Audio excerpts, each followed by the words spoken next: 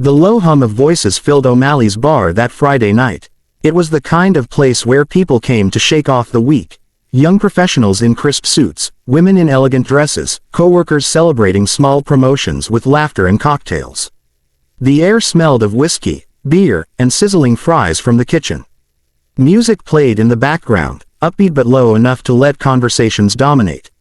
In the corner, away from the noise, sat Ethan Walker. He wasn't here to celebrate. He wasn't dressed for the crowd. His jeans were worn, his jacket carried faint stains of oil and grease, and his boots had the scuff marks of years spent on concrete floors. Ethan had never cared about appearances. He was a mechanic, a single dad, and tonight was his one rare night out, more out of exhaustion than pleasure. He nursed a single beer, watching the bubbles rise slowly as he thought about his daughter, Lily. 8 years old, bright as a star, with questions that never ended. She was the reason he got up every morning, the reason he hadn't given up when life got ugly. Her smile was worth every long hour in his little auto shop. But tonight, as he sat alone, he couldn't help but feel out of place. At the next table, a group of 4 men in expensive suits noticed him.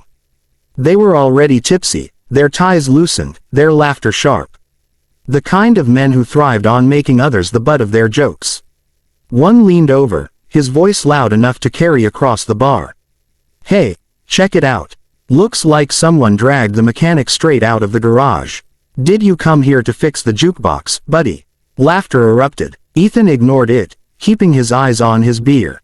He had learned long ago that pride didn't feed a child. Words were cheap, but another man chimed in, smirking. No, maybe he's here to valet our cars. Hey, pal, do you know how to park a Bentley? Or is it just old trucks and beat-up sedans for you? The table roared again. Ethan tightened his grip on the glass. He wasn't ashamed of who he was, but he hated the idea of anyone looking down on him. His daughter often told him he was her hero. If she ever saw this, saw them mocking him. He took a slow breath, steadying himself. Fighting would solve nothing, but the mockery kept coming. Come on, man, how much you make in a week? A few $100. That's what we spend on one dinner. They laughed louder. The sound grated against Ethan's patience. Finally, he turned his head, his gaze steady, his voice calm. I'm not just a mechanic, he said quietly. The laughter paused for a second, before one of the men snorted. Oh really? What else are you, then? A part-time janitor. Ethan didn't flinch. His voice was even, measured. I fix things people think are beyond repair. Cars, machines, sometimes even lives. The table blinked at him, momentarily thrown off by his seriousness. Then, as if to brush it away, they burst into laughter again, louder than before. Hear that, boys? The grease monkey saves lives now. They clapped each other's shoulders, still mocking. Ethan turned back to his drink. He had said his piece.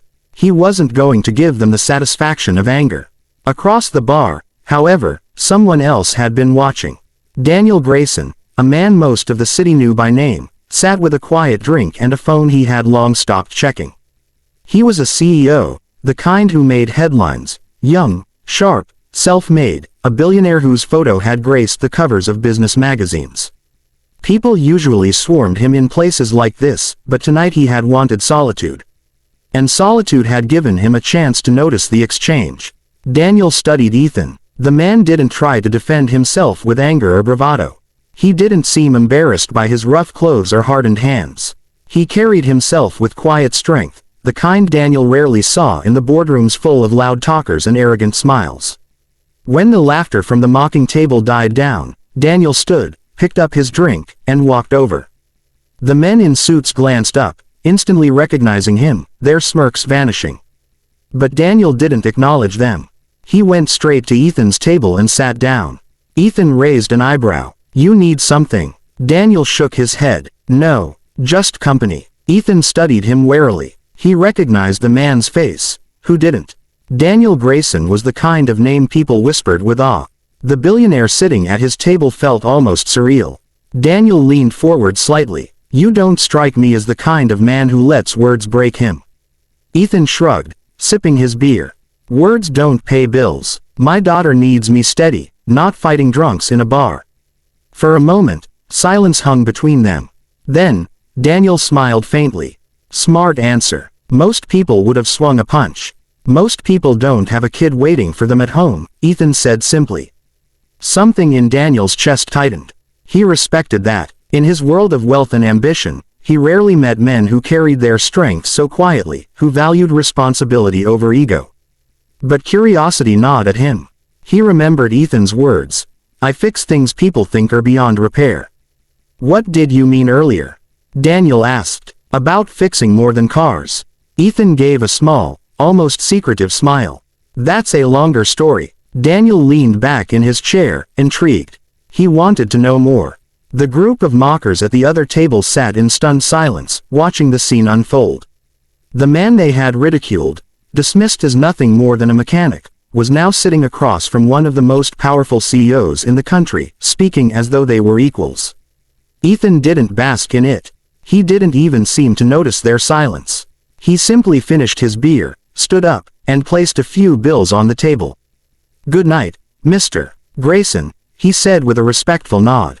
Daniel tilted his head. You know me. Everybody does, Ethan replied.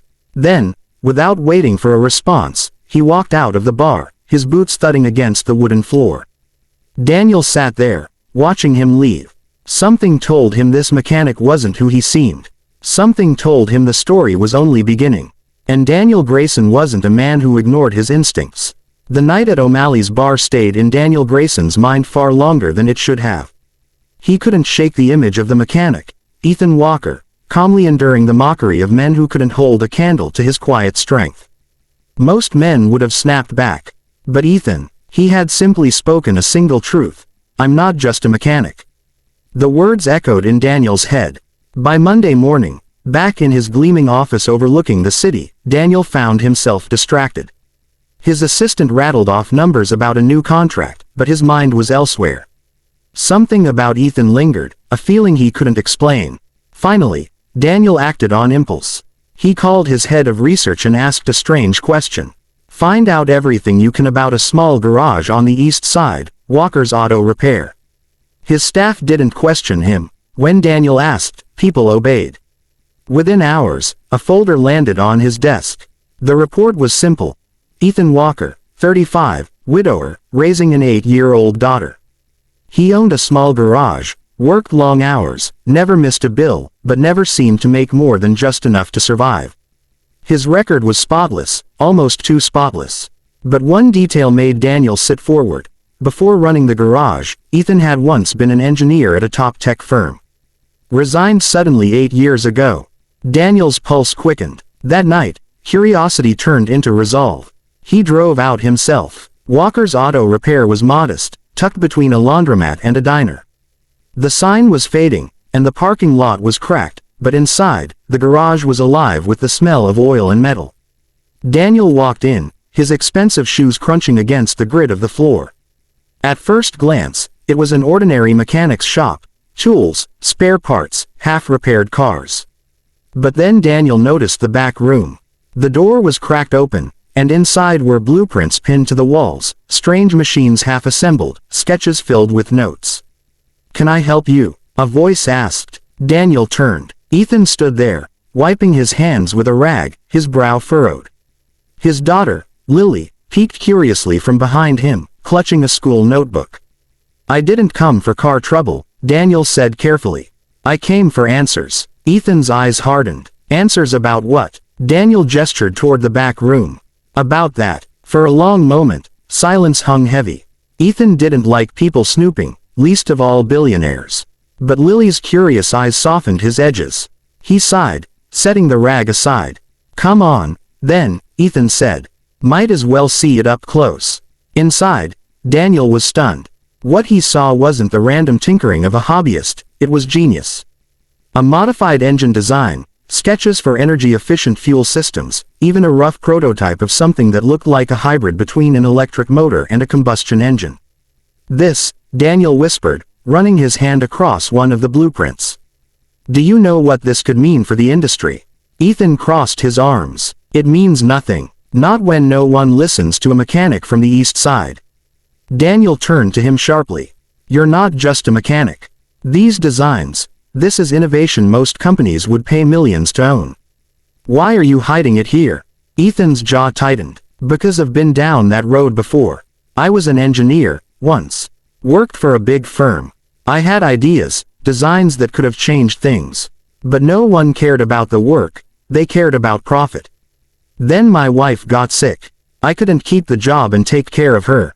So I walked away. He glanced at Lily, who was doodling quietly at a workbench. His voice softened. After she passed, it was just me and my daughter. She needed me more than the world needed my inventions. The garage kept food on the table. That's all I cared about. Daniel felt something stir inside him, a mix of respect and awe. The man who had been mocked at the bar wasn't just a grease-stained worker. He was a visionary who had sacrificed ambition for love, for responsibility. Still, Daniel wasn't a man to walk away from potential. You don't understand, Daniel said firmly. These designs are revolutionary. Cleaner engines, lower emissions, affordable systems. This could reshape the entire automotive industry. Ethan gave a small, weary smile. Dreams don't pay rent, and I don't gamble when my daughter's life depends on stability. Daniel leaned closer, his tone earnest. I'm not asking you to gamble. I'm asking you to partner. Let me invest in your work. Let me help you bring this to life. Ethan blinked, caught off guard. He had expected mockery, dismissal, maybe even theft. But not an offer of partnership from one of the most powerful men in the country. He shook his head slowly. Why me? You could fund 1,000 labs full of scientists. Daniel smiled faintly. Because I've seen enough boardrooms full of scientists who only chase grants and headlines. You're different. You build because you believe in it. You fix what others throw away. That's the kind of mind I want by my side. Ethan hesitated. His heart warred with his head. Trusting a billionaire sounded dangerous. But he also thought of Lily, of the future she deserved, of the world she would grow up in.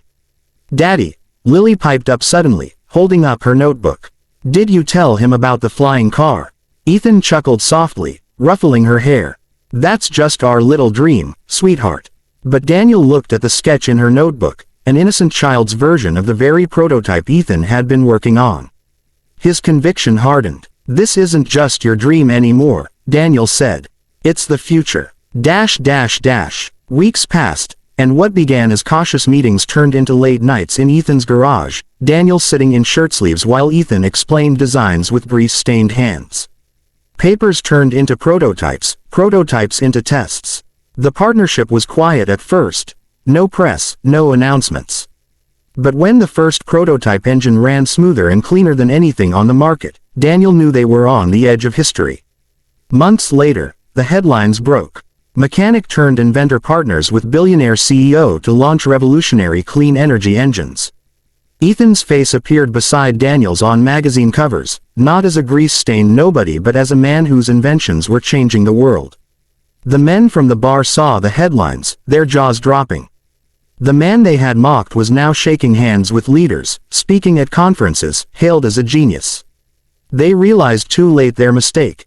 They had laughed at a man who carried the future in his hands. But Ethan didn't care about them. He only cared about Lily, who watched him with pride in her eyes. To her, he had always been more than just a mechanic. And now, finally, the world knew it too.